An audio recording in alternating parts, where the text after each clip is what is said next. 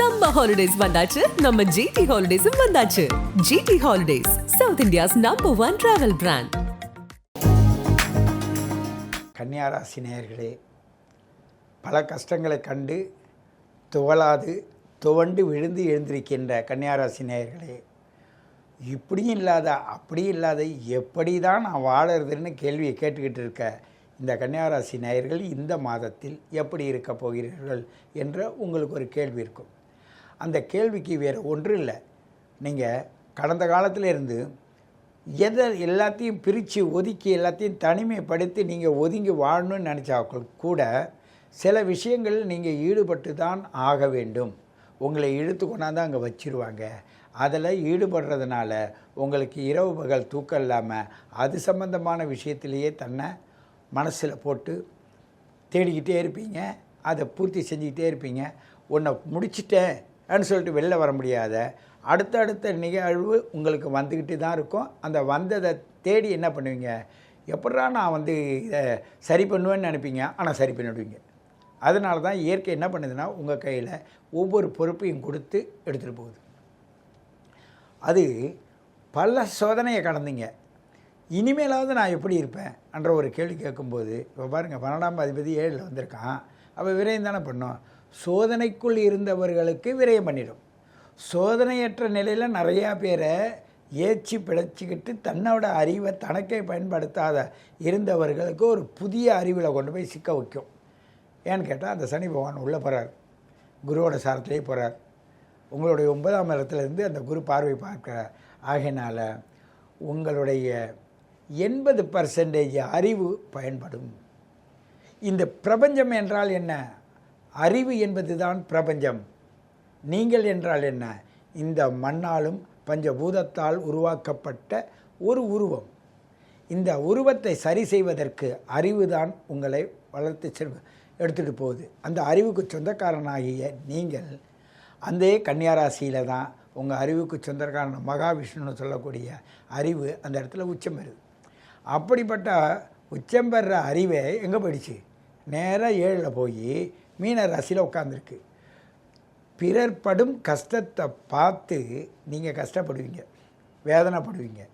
உங்களை சார்ந்தவங்கள் படுற கஷ்டத்தை பார்த்து நீங்கள் வேதனைப்படுவீங்க. உங்களுடைய date of birth, time of birth, place of பர்த்தை பொறுத்து, அதில் வரக்கூடிய கிரகநிலைகளை பொறுத்து உங்களுடைய 30 வயது, உங்களுடைய 60 வயது, இந்த இடையில் 45 வயசுக்கு முன், 45 வயசுக்கு பின் என்று பிரித்து பார்த்தீங்கன்னா உங்களுடைய சக்திகள் எப்படி செயல்படுது.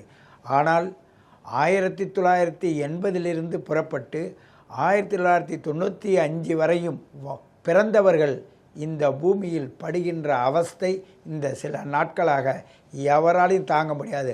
அப்படிப்பட்ட அவஸ்தைப்படுறீங்க. எங்கே ஓடலாம், என்ன பண்ணலாம், என்ன செய்யலாம், எது செஞ்சாலும் அங்கங்கேயும் போய் டிலே ஆகி உங்களுடைய மன அமைதியை கெடுக்கும். பொருள் பாதிக்கப்பட்டால் உடல் சீர்படும். உங்களுடைய உடல் சீர்படலை, பொருள் பாதிக்கப்படும். அதனால் பொருளை இழந்தால் பரவாயில்லை, உடல் தான் பாதுகாப்பாக இருக்கணும். அப்படிப்பட்ட கன்னியா ராசி நேயர்கள் தன் உடலை பாதுகாப்பாக வைத்திருக்க வேண்டும். உங்களுடைய கேந்திராதிபதி தோஷம் பெற்ற இந்த குரு பகவான் 9லிருந்து உங்களை பார்க்குறார். பார்ப்பதனால் ஏதோ கோவில் குளங்கள் செல்வதும், கோவில் குளங்களுக்கு சீரமைப்பு செய்வதும், அதன் மூலமாக உங்களுடைய வாழ்க்கையானது ஓரளவு திருப்தியாக இருக்கும். உங்களுக்கு அதிக குழந்தைகள் இருக்காது, இருந்தாலும் அது விலகி விலகி இருக்கும். அது பயன்படுமா பயன்படாதா என்ற கேள்வியும் உங்களுக்கு இருக்கும். அப்படி பயன்பட்டாலும் சரி, பயன்படலைனாலும் சரி, நீங்கள் உங்களை தற்பாதுகாப்போடு வைத்து கொள்வது தான் நல்லது. ஏன்னு கேட்டால் கொஞ்சம் கிடச்சா போதும் யாருக்காவது உதவி செய்ய ஓடுவீங்க. அப்படிப்பட்ட அமைப்பு உள்ளவர் நீங்கள். அவங்கவுங்க வயதுக்கு ஏற்ற மாதிரி அந்த இது செய்யலாம். ஆனால் இப்பொழுது 7ல் நின்று கொண்டு அந்த ராகு, சனி, சூரியன், புதன் இருப்பதனால் உங்களுக்கு பொருளாதாரத்தில் தேவையற்ற செலவுகளும் தேவையற்ற முறையில் கடன் பிரச்சனைகள் வருவதும் உங்களுக்கு இருக்கும். இல்லை பழைய கடனை தீர்க்கிறதுக்கான ஒரு வழிமுறைகள் இருந்தால் சொல்லுங்கன்னு நீங்கள், அதுவும் தீர்ப்பதற்கான ஒரு வழிமுறை உண்டு, அது வரும். ஆனால் ஓராண்டு காலங்களாக நீங்கள் உங்களுடைய பிரச்சனையை பலவிதமாக அவதிக்கு ஆளாகி இப்போ ஏதாவது ஒரு முடிவுக்கு வருமானு கேட்குற அளவுக்கு தான் இருப்பீங்க. ஆகையினால் நீங்கள் என்ன செய்யணுன்னாக்க இந்த சித்திரை மாதத்தில் பானக்கன்னு சொல்லுவாங்க. பானக்கம்னா எலுமிச்சம்பழத்தை புழிஞ்சு ஊற்றி அதில் நல்ல ஐஸை போட்டு வெய்ய நேரத்தில் இந்த காவடி தூக்கிட்டு வரவங்க இல்லை ஒரு தாகம்னு வரவங்க அந்த நேரத்தில் ஒரு 10 மணிலேருந்து 12 மணிக்குள்ளே தாகத்தில் வருபவருக்கு நீங்கள் தாகத்தை தீர்த்தால் உங்களுடைய பிரச்சனைகள் அங்கே தெளிவுபடுத்தப்படும், தெளிவாக மாறும். அதுவே உங்களை சரியான முறையில் எடுத்து செல்லும். உங்களுடைய வாழ்க்கையினுடைய தரம் எவ்வளவு உயர்ந்த நிலையில் போக வேண்டியது நீங்கள் அந்த அளவுக்கு இன்னும் அடையலை.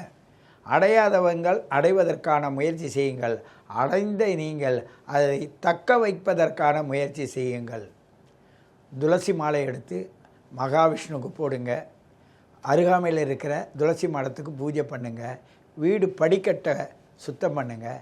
வாசலை சரி செய்யுங்க. இதை செஞ்சு நீங்கள் உங்களை வளர்த்து கொண்டு வந்தால் உங்களுக்கு இந்த மாதம் சீரும் சிறப்பும் தரும் என்று கூறிக்கொண்டு உங்களை மீண்டும் சந்திக்கிறேன். உங்கள் சித்த யோகி பேரம்பலவாணன். நன்றி. சம்மர் ஹாலிடேஸ் வந்தாச்சு, நம்ம ஜிடி ஹாலிடேஸும் வந்தாச்சு. GT holidays, south India's number 1 travel brand.